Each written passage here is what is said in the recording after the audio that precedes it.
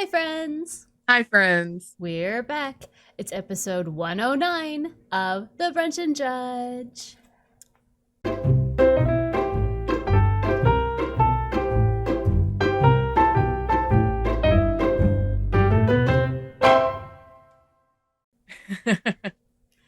We made it to 109. I'm just proud of us for making it to 100, to be honest. I know. I mean, I neglect most things that I'm like, I'm going to do this thing. I'm going to do it every week. And then I don't. But here I am actually committing to something and doing it. Yes. It's wild. It is. Anyway, we are your hosts. I'm April. And I'm Claire. And this week, I'm very excited to say we got the wild card topic. Woo-woo! Yes. And so I go first this week. And because I am insane, I decided that, what would be a really great topic to cover in my wild card? It's like, let's do a serial killer. That'll be fun. So, needless to say. So she pulled a Claire. I did. And she picked the... one of the most serialistic killers of serial killers of all serial killers. It's not Ted Bundy, but otherwise. So she pulled a Claire. And so now we're going to make this a 2-part episode. That's Yay! Right, because you just can't, serial killers, man. So I know you're very excited for me to announce that this week I will be talking about, but drum roll, BTK. So I got all of my information from Biography, A&E, CNN, and True Crime Garage, who did a 4-part series podcast on BTK several years ago that has stuck in my head without rent. And it's just there, tormenting me. And you're like, why? So, apologies. This is horrifying and terrible and bad because I'm going to tell you all the things that really freak me out, and they will freak you out too. I was telling you when you were telling me that you were doing BTK, and I told you, but BTK was one of the first serial killers that I really remember, and I feel like it's because he got caught. Yes, he got caught in our very early adulthood, we were young. In our memory. Yeah, even though he really hadn't killed anybody. In our memory, right? He got caught, and so then that's when all the things started coming out, like the specials and the Datelines. And I was already into Dateline at that point. Let's just be honest. But then it was this was really the first, oh my goodness. This was, to me, this was I guess this generation's Golden State Killer, almost. Because this was it was a big deal. Well, and it was one of those things that you didn't hear a lot about him until he was caught. Right. So, anyway, and it's horrifying. So, honestly, I could have waited to do this story when we had Scariest Shit Ever, but I didn't. So, apologies. If you don't like the going into horrifying, not horrifying detail, but again, enough details to maybe skip this one, guys. It's a lot. Kind of like my last cult episode. But also, he's in prison, so it's okay. It's okay. Yeah. It's okay. Okay. So, for those of you who don't know, BTK eventually was identified to be a man named Dennis Rader, a.k.a. douche canoe dickwad of all time. Nightmare-inducing creepazoid. There are no words for the horrific ick that he has, but yeah. Right, yeah. He was born March 9th, 1945, so he's a Pisces, which really fucks with my brain in a way that I cannot articulate because my dad is a Pisces, and can you imagine? Right. My even killed, super chill, amazing dad. And anyway. When was he born? What? March 9th. It's probably because he's a March Pisces. That's right. Oh, it's the March Pisces you got to be concerned about. I got February Pisces. Okay. In 1945. And he was born in Pittsburgh, Kansas, but the family moved to Wichita when he was quite young, so he basically grew up in Wichita, which is where most of the horrific things happened, so there's that. He was the oldest of 4 sons, and his parents, like his dad was an ex-Marine, but like... I feel like that also explains so much. Well, and so just like that right there. And so right? Except that like friends, like other kids who were around, like for them, their experience was that the dad, though an ex-Marine, was strict, but was not abusive. And he was not punisher of the family. Like he was not the one that like doled out punishments. So that was mom. Mom was the punisher. And she was the one that would spank the boys because, you know, it's the 40s and it's boys. Right. And during these spankings, Dennis would later say that he noticed or realized that there was like a pain and pleasure component to it and that he became fascinated by it. And so he started really exhibiting his sociopathic, horrific true self and started torturing animals. He would hang them. All because of spankings. I mean, I argue no. I argue he was born this way, but that unleashed something in him that he chose. Like if it hadn't have been that, it probably would have been something else. Because he also developed a panty fetish. And like would, you know, loved girls' panties. I'm sorry. I don't know.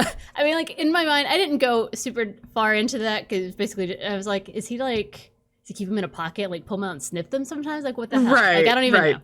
And that just reminds me of that 70s show episode where Donna finds a pair of panties in Eric's car and she thinks that Eric's cheating on her. And it's actually what it is. Her parents had sex in Eric's car. Ew. Yeah, but so she confronts, or she has a dream about it. And in the dream, she walks into the room and there's this cord hanging in the middle of Eric's room. And she's like, what's this? And he's like, oh, don't pull that cord. And so she does.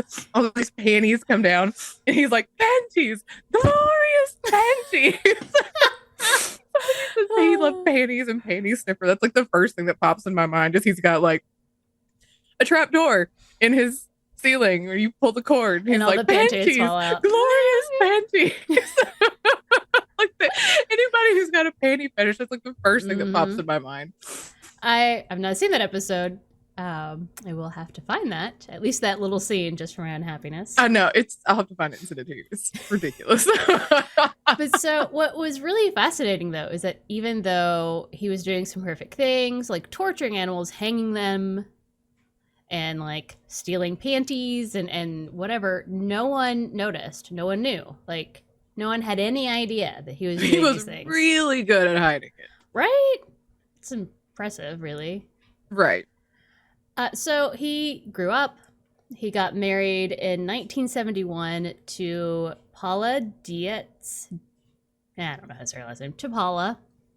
And they had 2 children, Brian, who was born in 1975, and Carrie, who was born in 1978. And they had absolutely no idea who he was. Like, he was a very normal home dad. Like, they had no idea. So, like, no hate to them. They had no idea. It seems to happen this way. It's just really terrifying. But, like...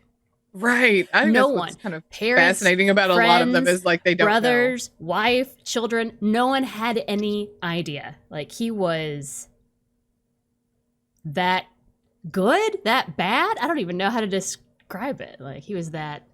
He was like the king of compartmentalizing, I guess. I guess. I don't know if that's what compartmentalizing is. That what you, I mean? All like this is my serial killer in this room, and then here's the rest of like I just. It's I mean, like, it's terrifying. It's impressive on one hand, if you take away all the horror and the murder of it, right, you're like, wow. I mean, okay, we're all different people around different groups of people, but this is next level. So, yeah. The first known murder, and one that in the true crime garage, like that's how they kind of introduce the story, was the first murder, and it has stuck with me forever. The first two fuck me up in ways I cannot process. Yeah. They're terrible. But the first one happened January 15th, 1974. So married, but doesn't have kids yet. Mm-hmm. And it's the Otero family. So they were having a very normal day. The three older kids, Charlie, Danny, and Carmen June, were all in high school. And so they lived in walking distance, and they went ahead like a normal school day, walked to school. Leaving at home, the two younger kids, 11-year-old Josephine and 9-year-old Joseph Jr. Why? It's your favorite. That's your favorite thing. I mean... Josephine and Joseph Jr. Yes, it's a particular thing that just really made me go, ugh. Nothing. The things that happened, they did not deserve, but like, I hate that was their names. Okay. Anyway. So they were still home with their mom and dad, getting ready. I think they were making their lunches to get ready to go to their school, when Dennis Rader walks into their house through the unlocked back door with a gun. And that's just wild to me. Yes. Like, Yes. So he claims to them that all he wants to do is like steal their car, but he had already like cut the he didn't have on a mask, but he makes them, they have a dog, he makes them put the dog outside. And then, he forces the family into one of the bedrooms and ties them up.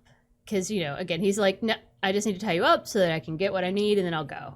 That's his favorite garbage to pull. But so that's not really how this went down. What's horrific is that the Otero family had just moved into this house like 10 weeks earlier. So like they still had stuff in boxes. So like they were new to the area. And this guy just walks into their house. So he has them all tied up. And he strangles the dad. He puts like a plastic bag over his head, but then he also like with a belt and the cord from blinds, like it's awful. I will not go into that many details because Then he strangles the mom. He takes Joseph Jr. into another room where he strangles him. And then the horrific thing is he takes Josephine, which is who people think he was truly after, and takes her downstairs into the basement. And she was how old? 11. 11, okay. And strangles her, hanging her on a pipe. So, like, she's a foot off the ground. Like, she's been hung. Mm-hmm. And ejaculates next to her body. Ugh. Right? It's so gross. So, experts think that he forced the kids to watch him kill the parents and, like, forced Josephine to watch him kill the brother. Like, truly the torture aspect of... Like, right. He would strangle and... it's horrible. Anyway. They don't know, and I don't think he ever said one way or the other, if he ejaculated while Josephine was dying or after she had died. He had not sexually assaulted anyone, but that is what happened. So that afternoon, the oldest son, Charlie, comes home with his two siblings and sees that their dog is outside, and that's weird. They don't let the dog just run around outside, unattended. Yeah. That's just not really what they do. And so he goes in the house, he sees that, like, there's food on the counter, like, things just feel a little off. and he finds his parents are dead, and he and his siblings run outside because the phone lines are cut, so they can't call anybody. So they run outside and run to a neighbor's house to get help, and he sends his 2 siblings to try and intercept his younger siblings because he didn't find them. He only saw the parents, thinking that they had gone to school and he didn't want them to come home and find the parents dead. So he sends the other 2 siblings to try and go stop them. And the police come, and they're the ones who discover that all 4 of the Otero family that had been home were dead. And interestingly, the heat had been turned up really high to try. The assumption is to try and like speed up decomp, kind of confuse timelines or whatever. Right. But so they're all just dead. No idea like who would do this. They'd never had anything like this before. It was just horrific. So then April 4th, the other one that really fucking bothers me. I promise I'm only going into these first 2 because they particularly fuck me up in ways that I can't truly articulate. He has been watching a woman named Catherine Bright and decides, she's really attractive. The house she lives in is just her and her sister. There's no males who live there. And she doesn't have a dog. And he decided after the first experience he didn't want to deal with dogs again. And so he breaks into her apartment through a kitchen window while she is not home. No one is home. And he has plenty of time alone in her apartment and gets stuff, quote unquote, ready. Because he wants to play with her. So creepy. And so he has brought ropes and cords with him and has it all laid out on her bed. I'm like, I can't. That's like one of a fear, like somebody is like laying in wait for you in your own home. To me, that's even like a bigger fear than somebody like actually just breaking in. Yeah. Like somebody is in your house waiting for you. That is, like you said, that's like a level of terror. That's just like, I just, yeah, no, I get why that like messes with your head because it messes with mine too. Yes. Like you get home and somebody is hiding, waiting for you in your bedroom. Like I can't. It just bleh. And not only that, but like they've laid out their instruments of torture, waiting for you. He even like swept up the broken glass from the kitchen window, like tidied up. Like oh. But when she gets home, she actually has her brother with her, and so they come in, and he's like, Rader is like, shit, there's 2 of them. He has his gun, of course. And so he does the same garbage he did with the Otero family and tells them that he just wants, he's a convict. He just wants money and food and the car keys. And so he's like, I just need to like tie you up so I can get out. And they buy that. And so he ties them up and starts to take the sister, Catherine, to the bedroom.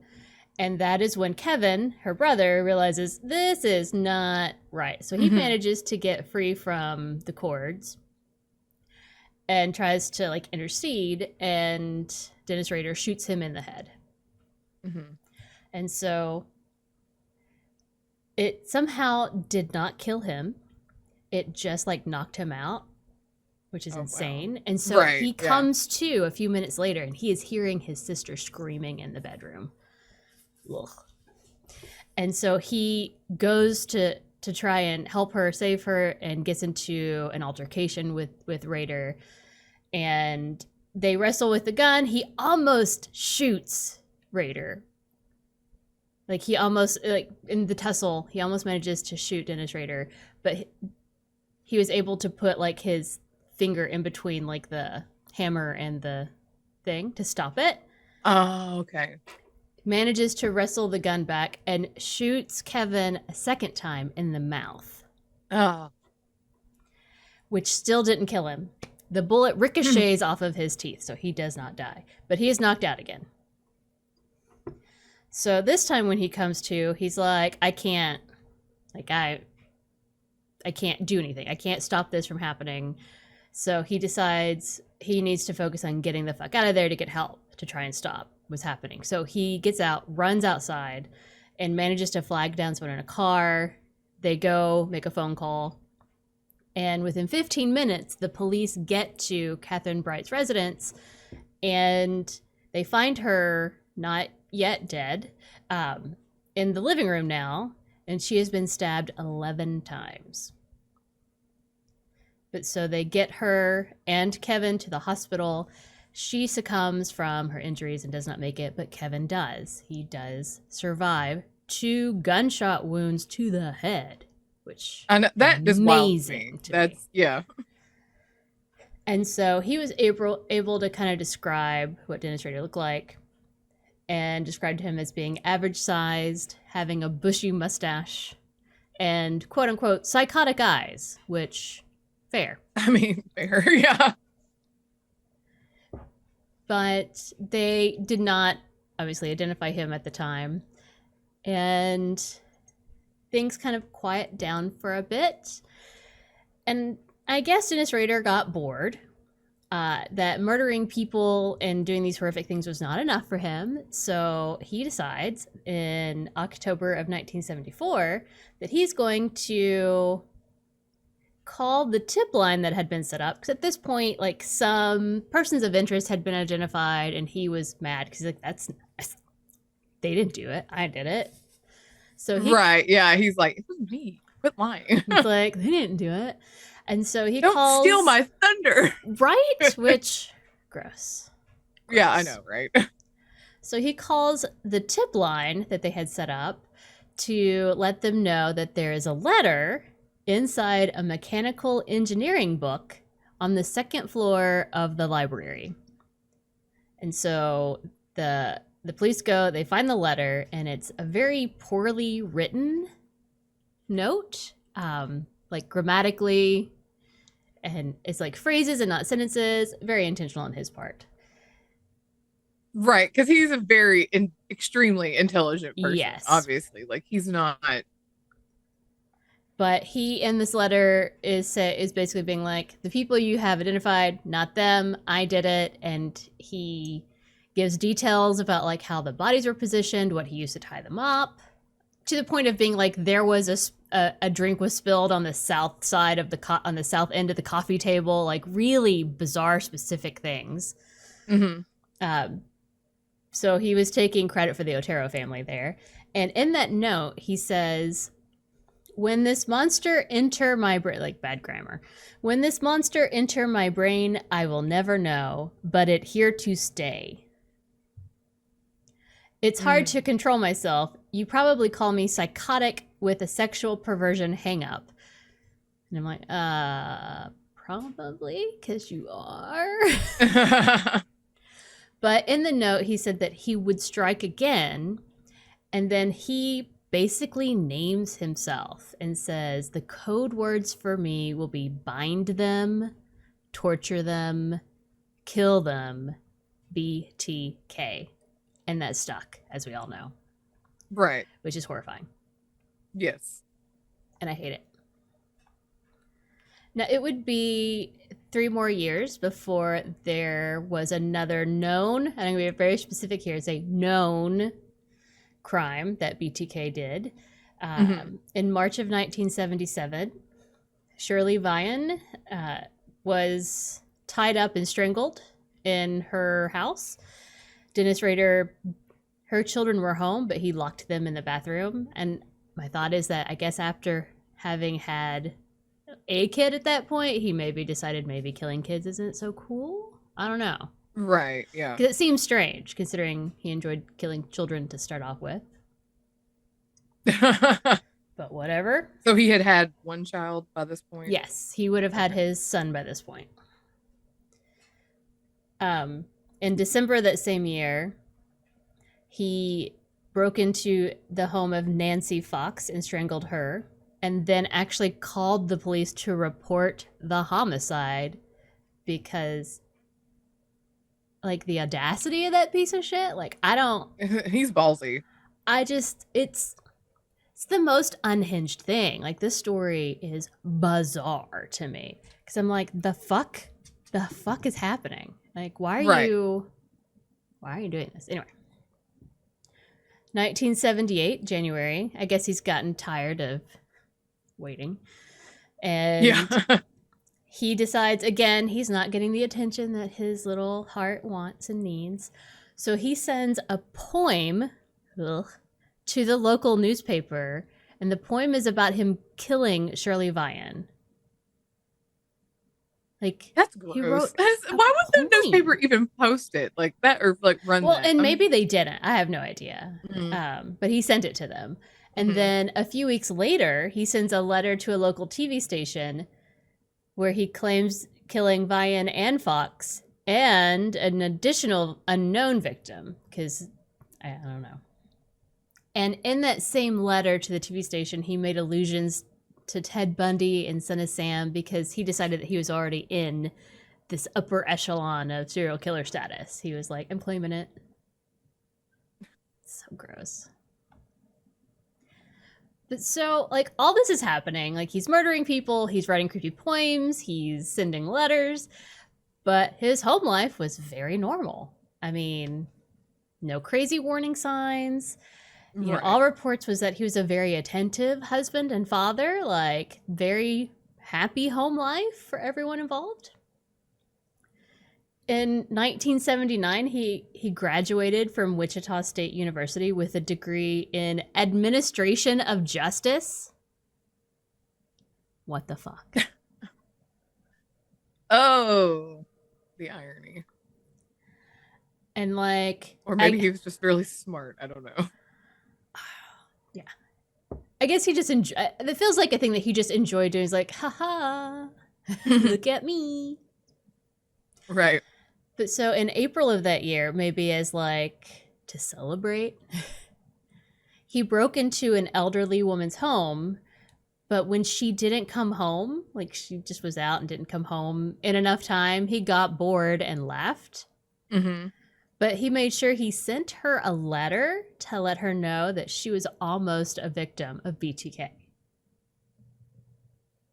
I would die. Right? Like, what do you... I would die.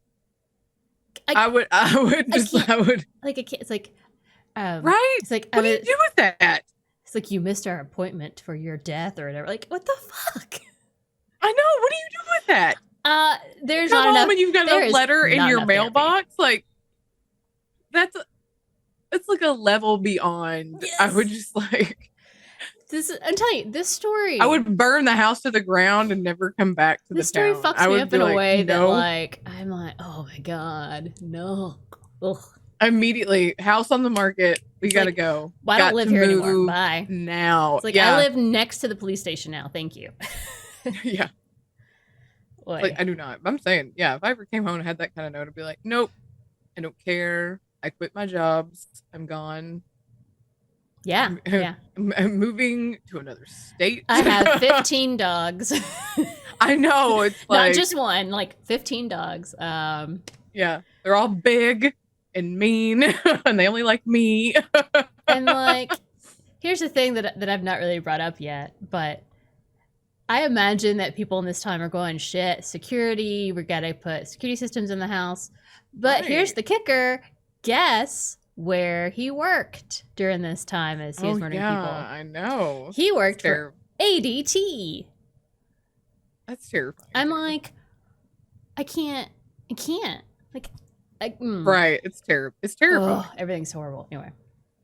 So police are, of course, still freaking out. They have no leads. They don't know who this guy is. And so they decide to release the call of him when he reported killing Nancy Fox, hoping that maybe someone could identify the voice, but no luck. So then several years pass before there's another, again, known crime, because, like, I don't believe it. But Right. Like he could go that long in between. Yeah. Yeah. It doesn't seem real. So April 27th, 1985, he actually kills his neighbor, Maureen Hedge, but does not kill her or does not leave her body at home. Her body was discovered on the side of a road several days later, which to me is like big warning light sign. Like, right. But maybe they didn't immediately tie it to the BTK killings at that point. So I Well, don't know. maybe he didn't want to leave her at home because then Well, you would have police like. I think that's you my still point, would have though, police. is that I don't know if they he knew, wanted the police in the neighborhood. Like, I want like, you next to my home. Like, if they knew, like if they could tell that it was the same killer, he suddenly is killing and leaving a body elsewhere, makes me go, hey, why would he do this? Is there something about the house or the neighborhood that he doesn't want us to pay attention to? That's how my brain works, but whatever. The next year, he ends up killing Vicky Regerle. I don't know how to say her last name. Wegerle. Wegerle?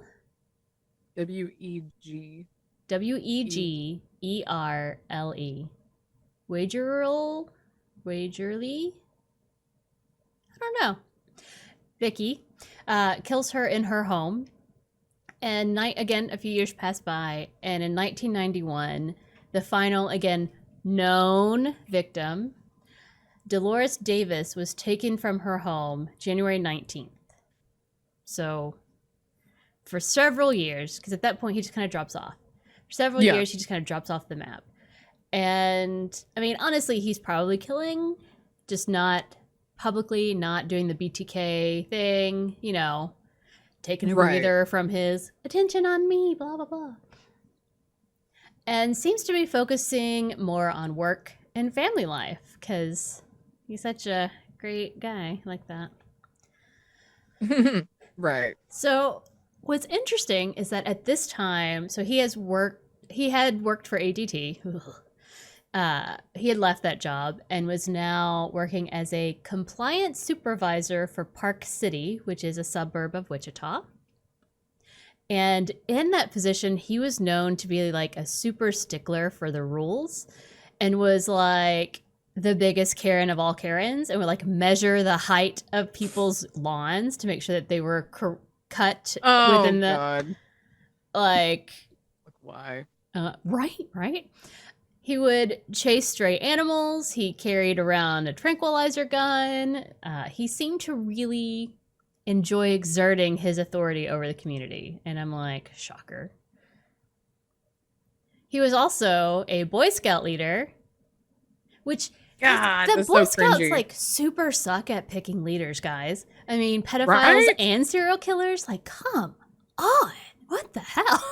Right. Like, do we not have any kind of a psychology process in which we, you know, to vet these people? Like, I mean, because like background checks are great and all, but like, whatever.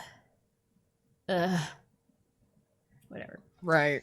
Because also at this time, he was the president of his church council. He was a good, God-fearing something. You like a Methodist or something? I don't know. I didn't. Or Lutheran. He was Methodist or Lutheran or something. It wasn't Baptist. I know that. Only because we don't have church councils. No idea, because as we all know, that wasn't real, because you can't go murdering and torturing people and be a Christian leader. But you can't, because he did it. Feels hypocritical somehow. Maybe. Just a smidge. So that's what had been going on, but he of course, he's like running around breaking 10 commandments all the time. I mean, well, and I find it interesting that perhaps being able to like throw his dick around and be like, you need to cut your grass, was enough to keep him from murdering people. Like, I just don't buy that. Right. That seems, it's like, if that's all it took, then why did we even go down this path? Like, you could have just been... I wonder if it was more than just the grass, though. Oh, I'm sure. That just happened to be a specific example that people gave. Right. Yeah. But it had to have been more than just the grass. I'm sure you're shocked that he really started missing his fame and really missing having the fun hobby of fucking with people. So on the 30th anniversary of the Otero murders in 2004, which is when we enter the picture and finally hear about BTK, he sends media outlets and authorities several letters filled with items related to his crimes, including pictures that he took. He made like a word puzzle. He sent an outline. He sent an outline of a book, for lack of a better word, called the BTK story. I'm like, what the fuck? He's a legend in his own mind. He really April. is. God. So he started leaving packages with clues for the authorities, and at one point asked them if he could be traced by computer disk because he wanted to give them some files. At which point the authorities were like, no, we can't trace you with that. No. So he gives them one because thank God he's a fucking idiot. And that's what led to his downfall, because that computer disk led them to his church. So they discovered also on this floppy disk, his lol. Right. His floppy disk. They discovered that there was a document that had last been saved by Dennis and had been used at the local Lutheran. He was Lutheran. Local Lutheran church. I knew it was. I was like, it's either Methodist or Lutheran. I knew it was one of those two. Because he had taken the disc to the church to print out a document, which left a digital trail, allowing the police to track him down. So, like, they knew it was a Dennis. They knew that he was a member of the church, was high enough to have access to some things, and he drove a Jeep that matched a Jeep on security footage of the package drop-offs, like when they would get the weird packages of tidbits or whatever.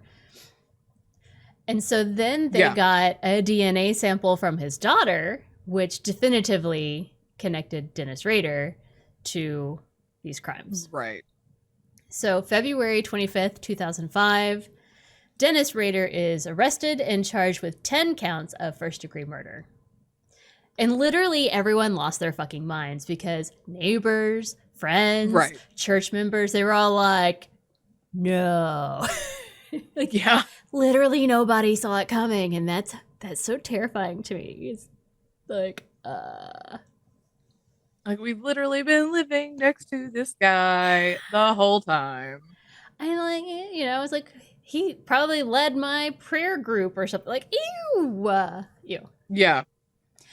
In June of that year, on the 27th, he pled guilty to all the charges and gave horrifying details of his crimes that I will not go into anymore because I don't want to. But if you want to, I'm sure you can go find video of it. And he's just talking. It's like, I he's read reading like some of the court documents. He talks like he's just reading a textbook. Yeah.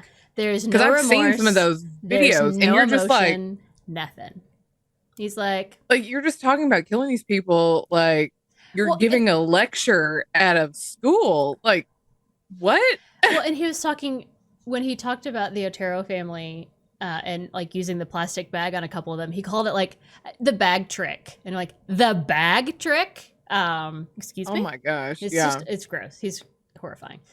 So he pled guilty.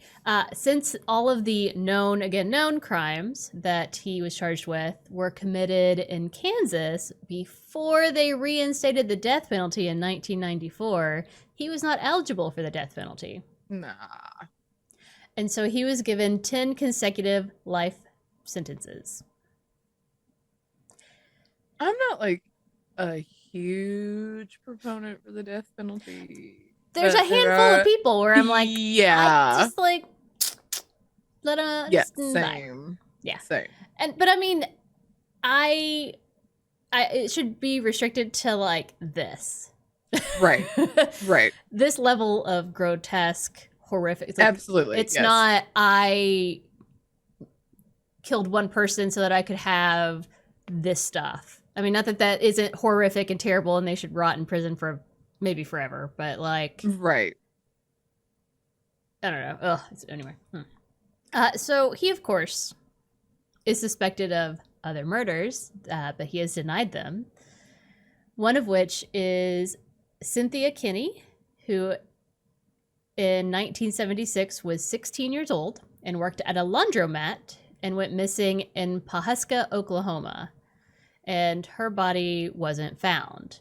Now, interestingly, Rader was working with ADT at that time and was working at a construction site of a bank right across the street from the laundromat that she worked at. He liked to keep journals, by the way. I'm sorry. So in his journal, They usually do. In his journal around that time, he actually had an entry that he called Bad Wash Day, in which he describes kidnapping a girl from the laundromat. But he claims that he doesn't even remember writing that and that any evidence about it is just coincidental. Convenient. And that it had just been a fantasy. It's not something he had acted on. But apparently, like, he was... When police interviewed him about this, about specifically Cynthia Kinney, he said that he would watch the laundromat till she was there alone. And he just...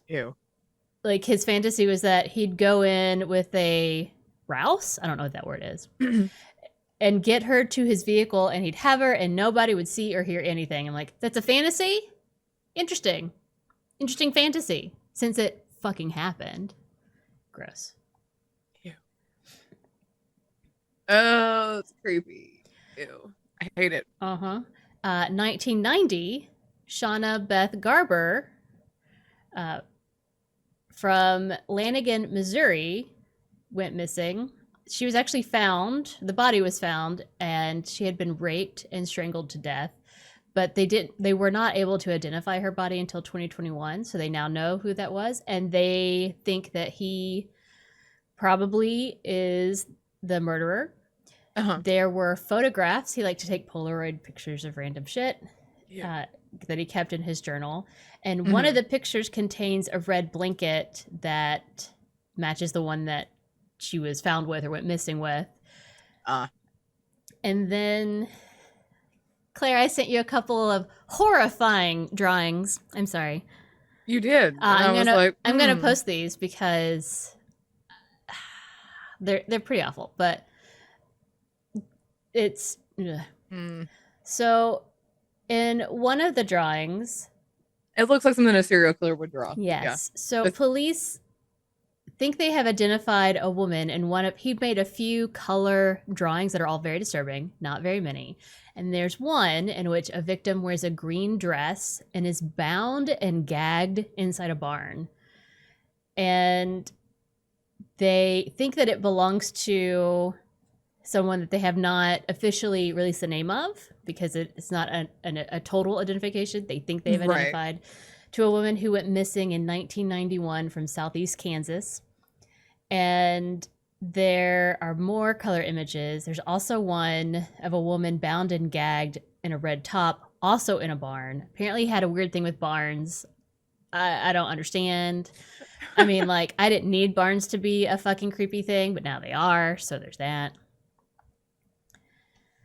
But already wasn't really like a huge fan of cornfields. No. And now barns are up there, so thanks. Thanks for that. So he is suspected of killing several other people in Kansas, Oklahoma, and Missouri during these quote-unquote quiet times. That's what I was going to say. Like, he probably just went across state lines and killed in other places. And so... And they didn't connect.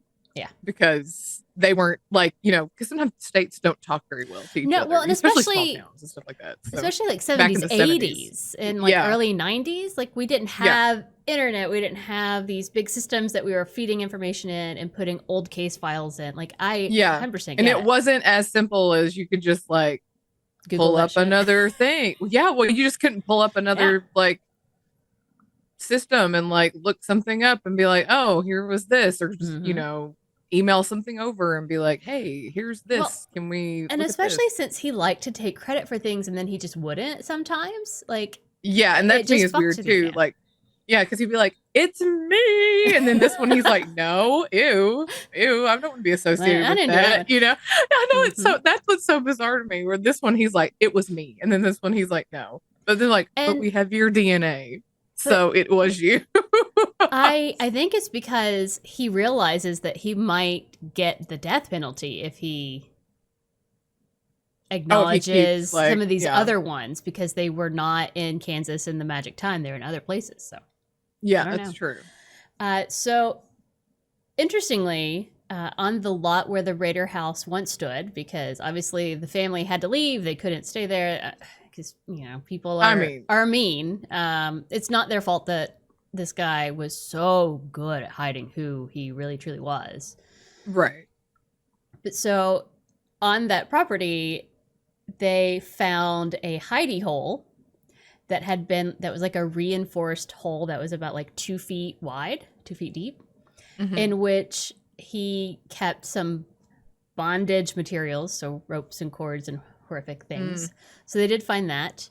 And interestingly, in a book called In Confession of a Serial Killer, The Untold Story of Dennis Rader, he, in an interview with the writer, revealed that he had actually planned to kill someone in like 2004 when it came back up and he started taunting. He was planning to kill again, but he got arrested before he could. So thank God he's a fucking idiot and believed the police about the computer disk thing, or else there would have been even more killings.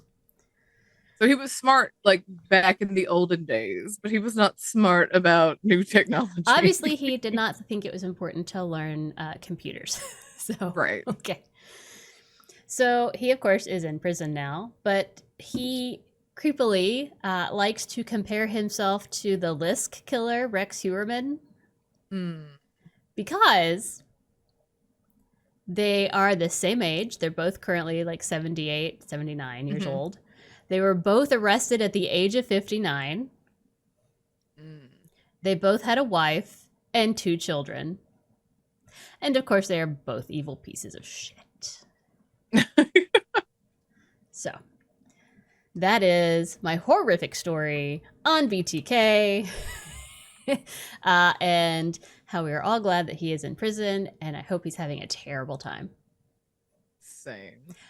But also, I just feel like he was also dumb for even asking the police that question. The whole thing about that is, it makes me feel better that like you can be this good at hiding who you are. You can be this good at staying off the radar and not being caught and still be a fucking idiot. Right. It brings me a little bit of solace that maybe we still have a hope.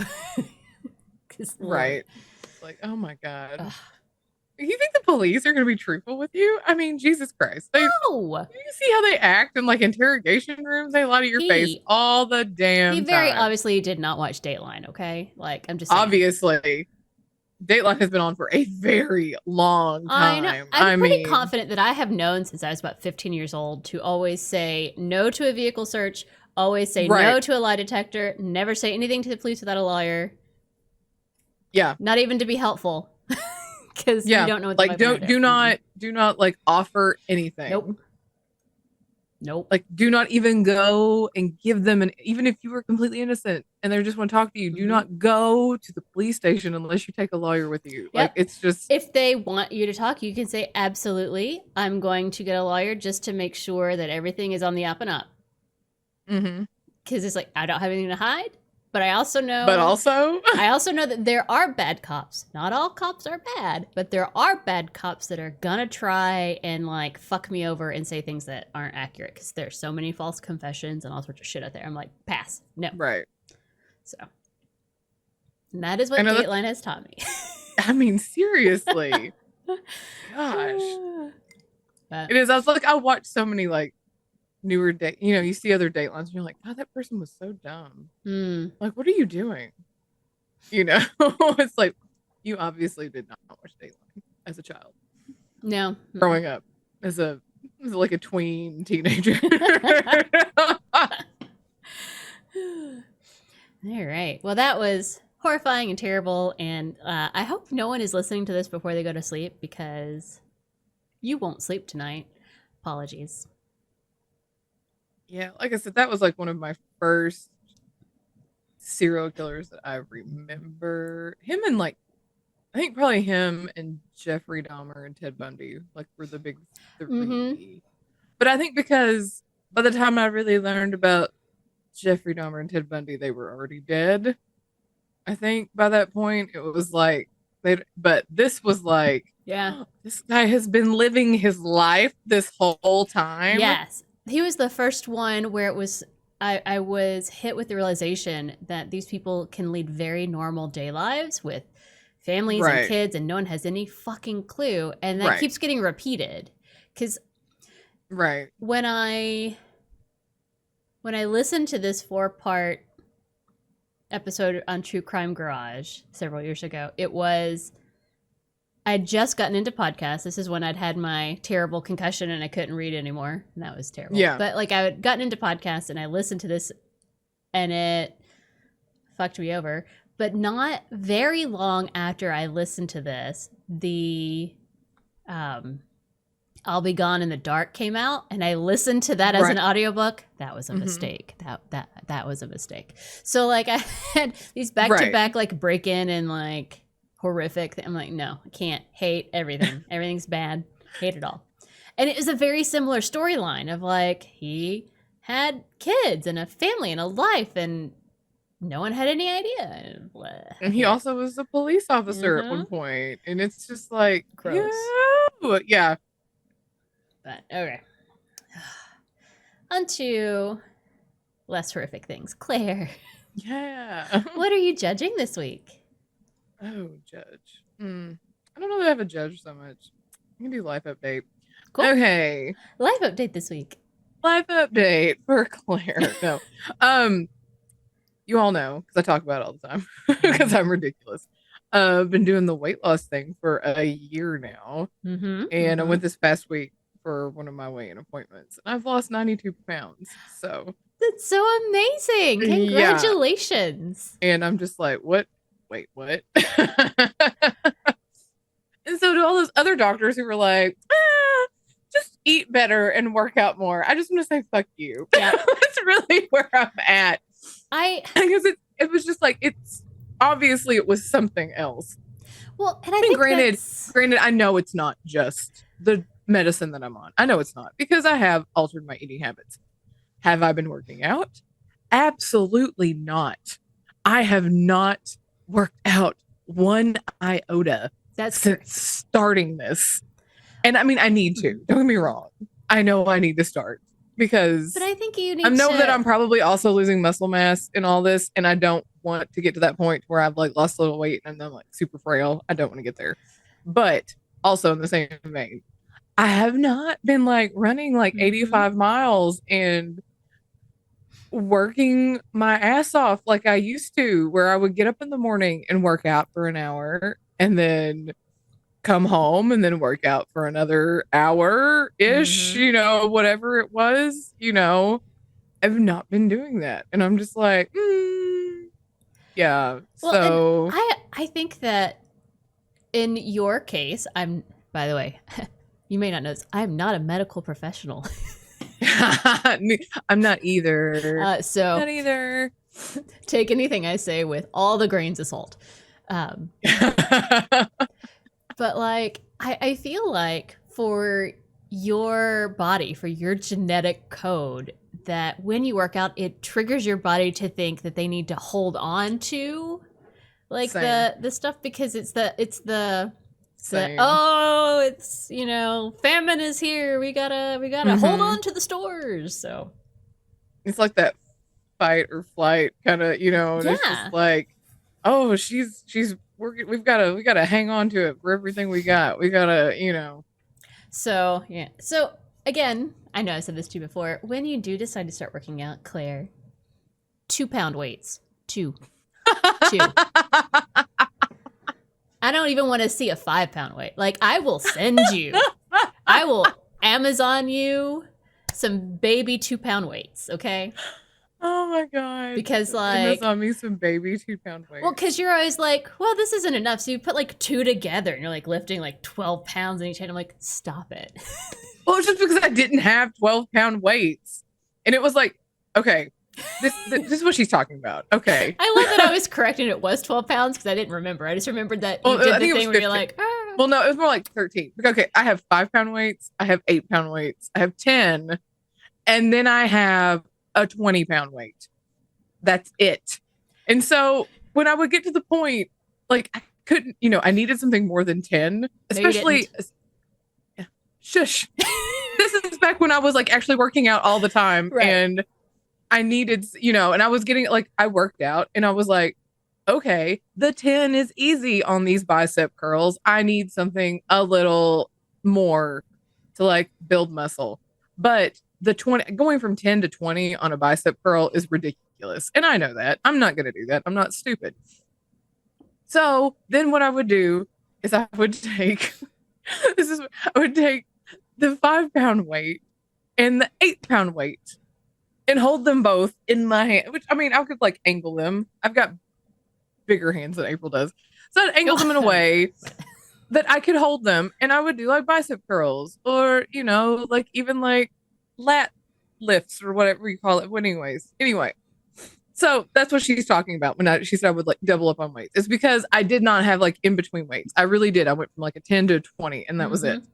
So that's what she meant when I was done. And so when I would do like squats and I got up to like the 20-pound was feeling easy, then I would like pick up a 20 and a 5-pound in the same hand and do 25. And that's what she's talking about. I'm not going to do that when I start out. Okay. 2. Or actually start out with no weight at all. See, but now she doesn't even want me to use weight at all. You start with no weight and then you work to 2 and then you get 5 and then you stop unless you want to be a bodybuilder, okay? Because your body decides that you're doing something insane and that it has to hold on to any bit of fat and energy that it has. Like, gotta hold on to it. Like, it's not your fault. You can't help that your genetics do that. I've always claimed that I've been allergic to working out. Well, and now you have like some way to kind of prove it. It's like, look, here I am. Yeah. So. Oh my gosh. I love it. I guess, okay, but in life update, but also here's my judge.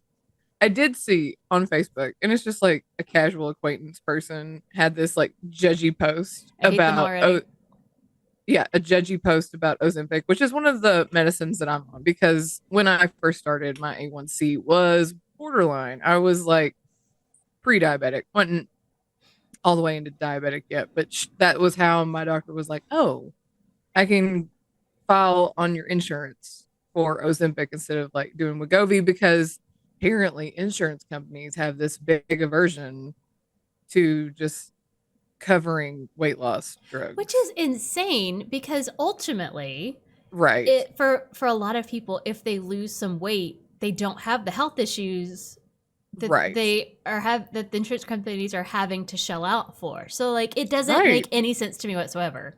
I know, it's ridiculous. It's so ridiculous. Hate it. Anyway, so she was like, well, your A1C is high, so I can file this under your insurance. We can get your insurance to pay for this. So that's one of the medicines that I'm on.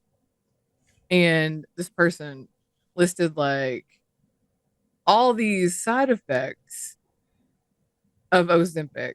And then it was like, but you're sure going to look pretty in your coffin, pretty and skinny or something like that in your coffin. I hate those people. And I was like, so every single medication that comes out on the market that you see advertised on TV always has a litany, a plethora, if you will, of side effects. And they almost all include death, by the way. So, right.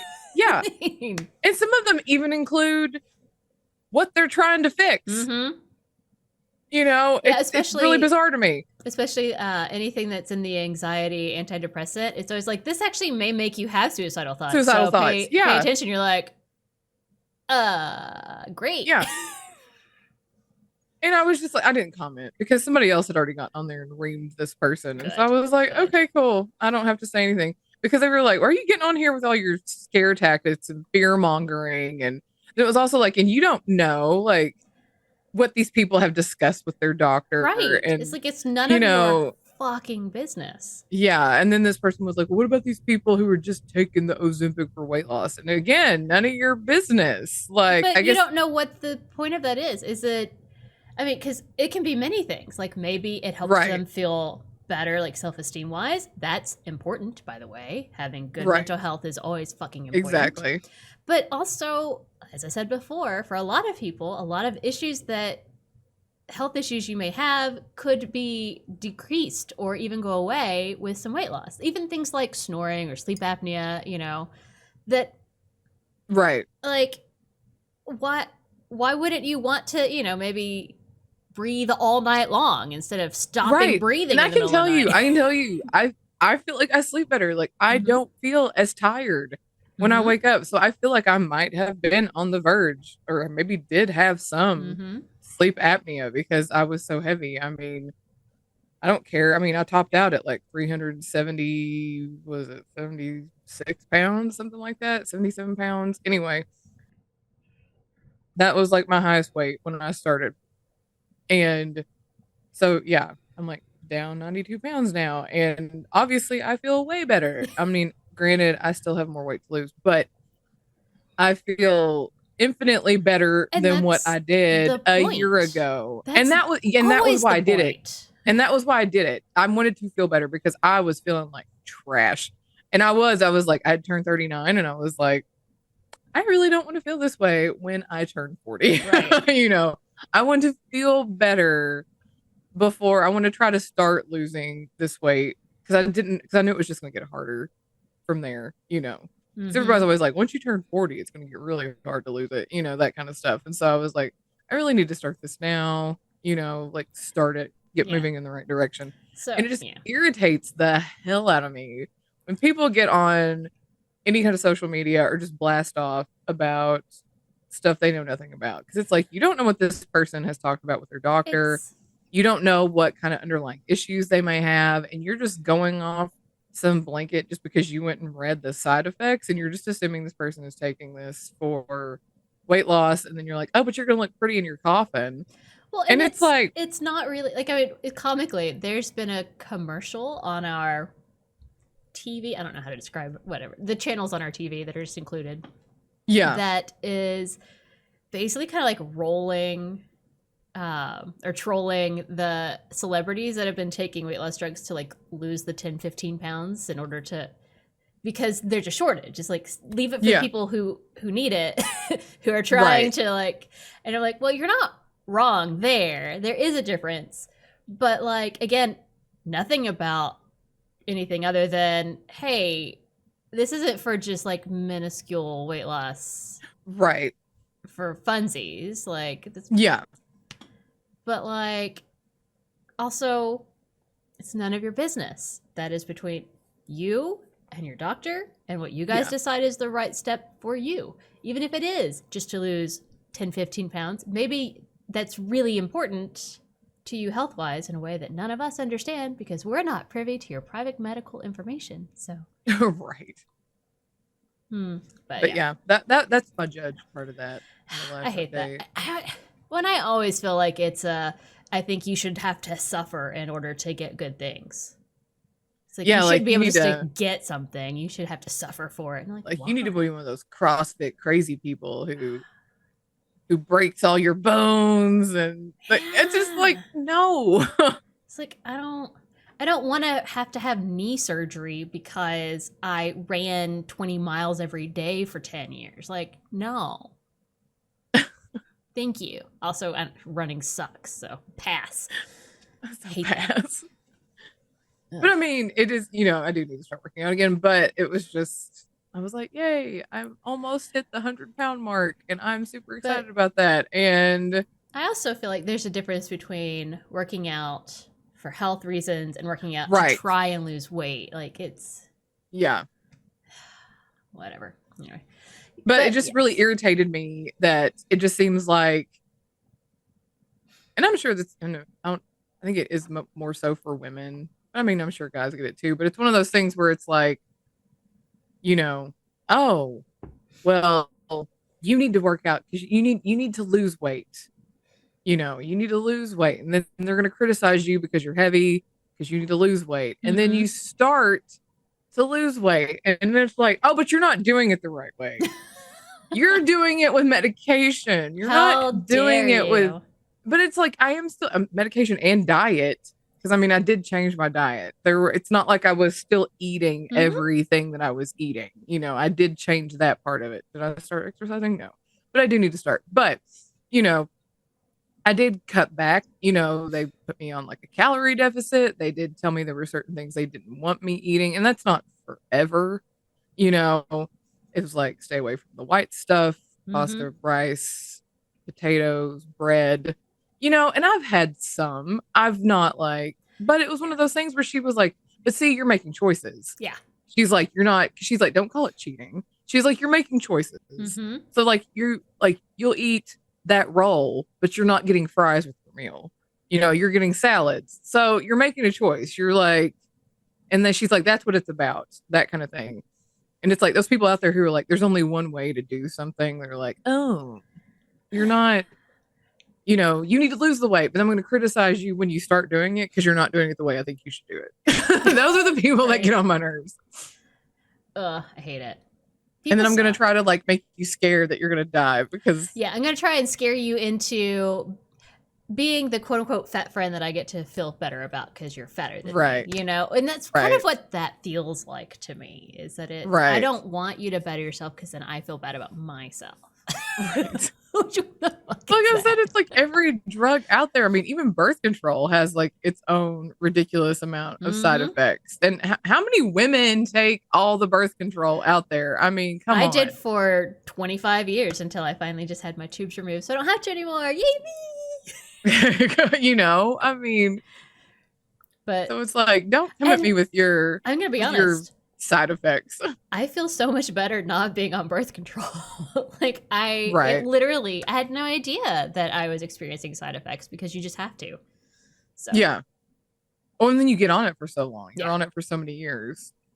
And I had one of my coworkers at my part-time job. She'd been on it for like, you know, 30 years or something. And she said when she came off of it, she said my hormones were so out of whack that she said, she goes, I felt like I was going crazy. And she said, I'm pretty sure my husband wanted to divorce me. She said, it was so bad. She said, I felt like I was going insane when I was coming off of it because it was just, you know. Yeah. I mean, I felt like it was a weird up and down thing for a few months, but then like to very much have evened out. I know that no one cares about this, but like seriously, like sex drive and stuff changed a lot once I got off the birth control. It really makes no sense. It makes you less interested in sex somehow. Isn't that stupid? It is stupid. So anyway. But yeah, that's my judge. That's a great judge. But also, congratulations, Claire. That is amazing. I mean, thanks. Drugs, no drugs. You did that. You did it.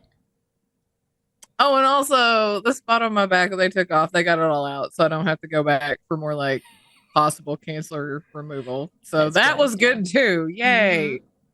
All the things in my life that were like, oh my God, what else can there be? I don't even know.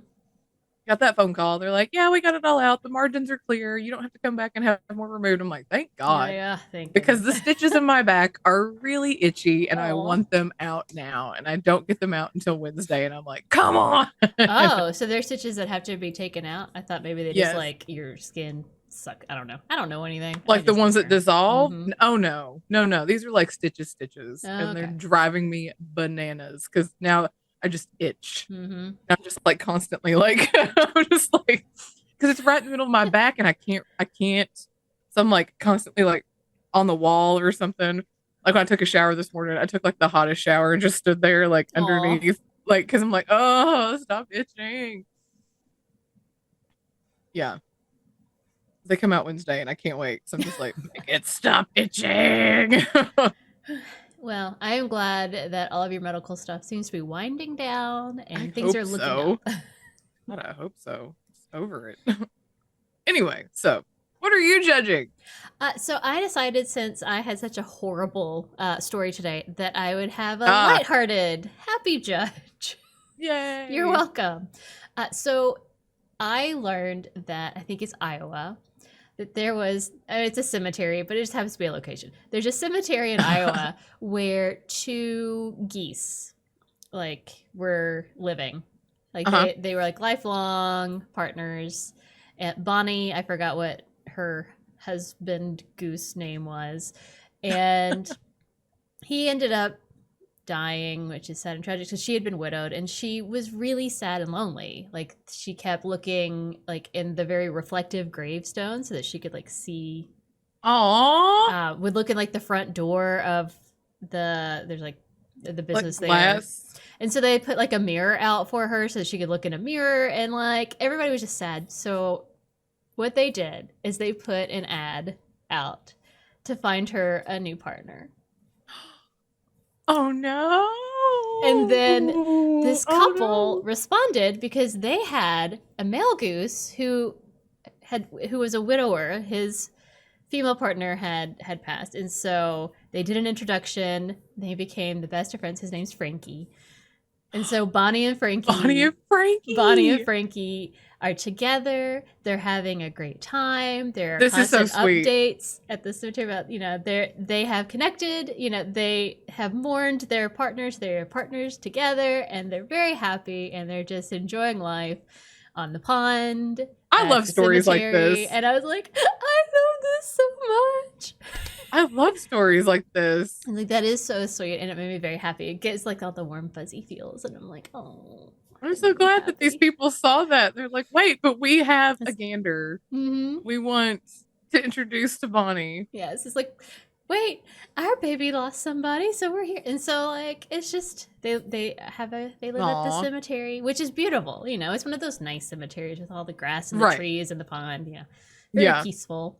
It's not like one of those really creepy, like, decrepit cemeteries. But I was like, oh, look at people actually doing a really nice thing and caring about, their goose and putting out an ad, trying to find a partner. And then it worked. So I know. That's It's great. such a happy, feel-good story. I was like, oh, it made me happy. So focus on that tonight and not the terrifying pictures that you saw tonight. Right, yes. So, because that's excellent. I love stories like that where you're just like, look at this. So that's my judge. Bonnie and Frankie. Bonnie and Frankie. That. So cute. You'll probably have it on your TikTok now, because that's where I first saw the story. Is it? Okay. And every time I mention things on TikTok out loud, everybody's phone suddenly starts showing up, because it's true. It's always listening. They are. It's just facts. It's just how it is. But that's my very short, quick, cute little lighthearted. I love it. But I feel the need. So, update. Our last episode uploaded, like, literally the day that it was announced that Kate Middleton had cancer, and that's really what all this is about. So I'm like, oh yeah. Guys, sorry. I mean, we were never mean to her, but, like, no. It's unfortunate. I honestly hope it sounded like she had a surgery, and there's probably something that they were removing, and then when they tested it, that was cancerous. It came back, and And so she's doing, like, a preemptive chemotherapy round. Like, it sounds like it's pretty early, so probably going to be fine. Hope so, because nobody deserves that except for BTK. He deserves horrific cancer, pain, and misery. But, like, no one else. And maybe Charles. I mean.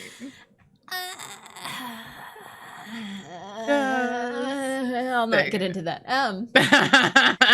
But I am sad that all of the conspiracy things will go away now, because I loved that so much. But, can't have it all. Right. So on that note, it must be time for tarot time with April. Spooky.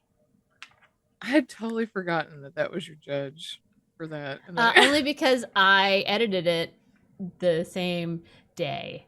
And I was like, oh yeah, that was my judge. Oops. And Anyway, look, my lamp is working again. You're welcome. Yay. Let's do this. That way it changes colors and you can see that it's working. There you go. Nice. I finally charged it. You finally charged it. All right. What should we ask the cards this week, Claire? I never know what to ask. I know. I mean, like last time I asked about Kate, and like, that didn't turn out very well. So I don't want to like fuck up things. Right. Let's see. Well, how about we do something nice and generic? It is officially spring.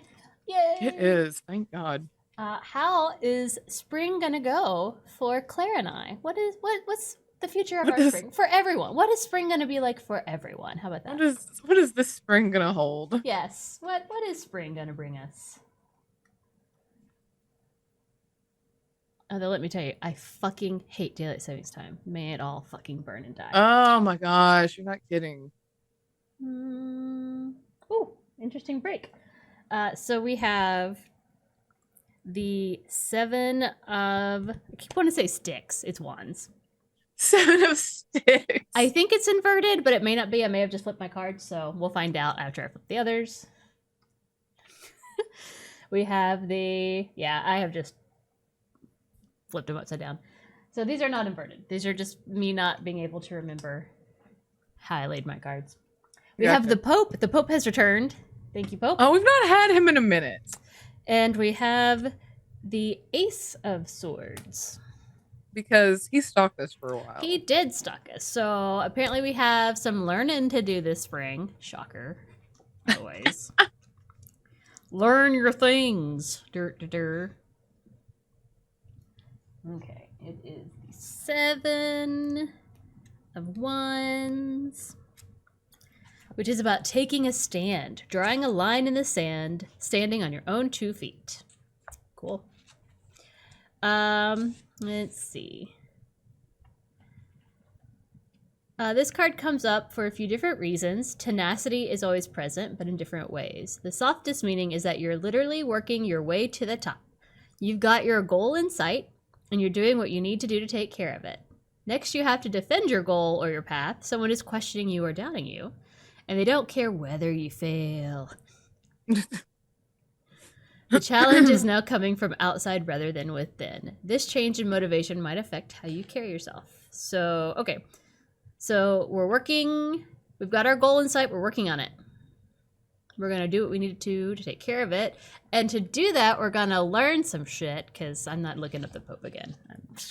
Guys, I mean, like, we know. He wants us to learn things and better ourselves and, blah, blah, blah. And then Ace of Swords, this card represents the essence of swords. Ooh.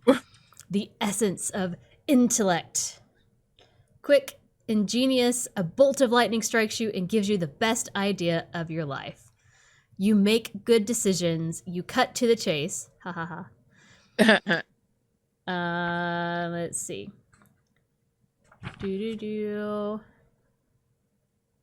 This card is the truth. It doesn't matter what you thought was right. It doesn't matter how you were raised. The truth will cut all that nonsense away.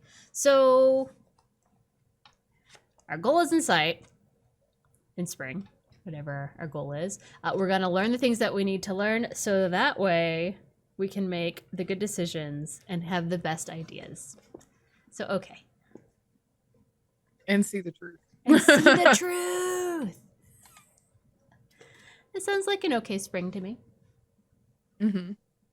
Oh, okay, real quick, like mini judge. Second, I'm reading 2 books right now. I started Throne of Glass, that series. I finished Throne of Glass. I'm right at the tail end of Crown of Midnight. Really good. I blew through both of those. Also, but just to keep up my Kindle reading streak, I'm reading that 8th book for the Zodiac Academy, the one that's like 1,244 pages. Good Lord. I'm just angry that I'm like 350 pages in and I'm only 30% finished. That's insane. I'm angry about that. That's fair. I hate that. Like, I hate just doing it to keep my Like I'll read like a chapter, Mhm. to keep my Kindle streak going because I don't want to lose that. So, but it's just like I'm angry because I'm like, this is a book. Mhm. Like this is a whole book. This 350 pages is like a whole book. And I've still got like 1,000 pages to go. Yeah. And then they said that they released like this other book, or that they called it a novella. Okay. It's like this little like in between book that's like, Oh God, how many pages is it? well, this book, it's like an in betweener. It's just like chapters from previous books from like different perspectives, or Okay. like incidences that they talk about that were never expanded upon, that kind of thing. And they're like, oh, it's a novella. No, that book is like 350 pages. And I'm like, that is a grown ass book. That's a grown ass book. That is not a novella. No. I'm sorry. That was my little mini judge there. I'll quit ranting about that. But I was like, I don't know what you think novella is versus what I think novella is. Yeah. Because I'm like, that's like 100 pages. I understand that in the world, novella is about word length, not even pages. Yeah. So like you can't call it a novella if it's over a certain amount of words. So if it's 350 pages, yeah, then it probably isn't a novella. Right. There's probably way more words because I think it's like under 80,000 words or something, or maybe it's under 60,000. I don't remember. But regardless, I was looked at it because I put it on my Kindle because I was going to read it once I get done with this one. Because the last book in the series comes out next month, I think, like the 23rd or something of next month. And I was like, oh, well, and I'm like, that is not a novella. That is a grown ass book. Like, what are you all doing? Lies and not so. It's not a novella. It's just like, geez. I'm like, if I ever get through this 1,200 page book, I'm just like, I'm salty that I've still got like 1,000 pages to go, and I've already read 350 pages. I'm just like, ah. Anyway, so Wheel of Fate. No Wheel of Fate. No, oh yeah, because I'm doing. There's no Wheel of Fate this week because two-parter. Our next episode will be Claire telling us her wild card choice. I can't wait to find out. That's right. So I forgot we were doing two-parter. To join us next time when Claire tells us her story that she has chosen out of all of the options in the whole world. I'm not sure what it says about me. I chose BTK, but here we are.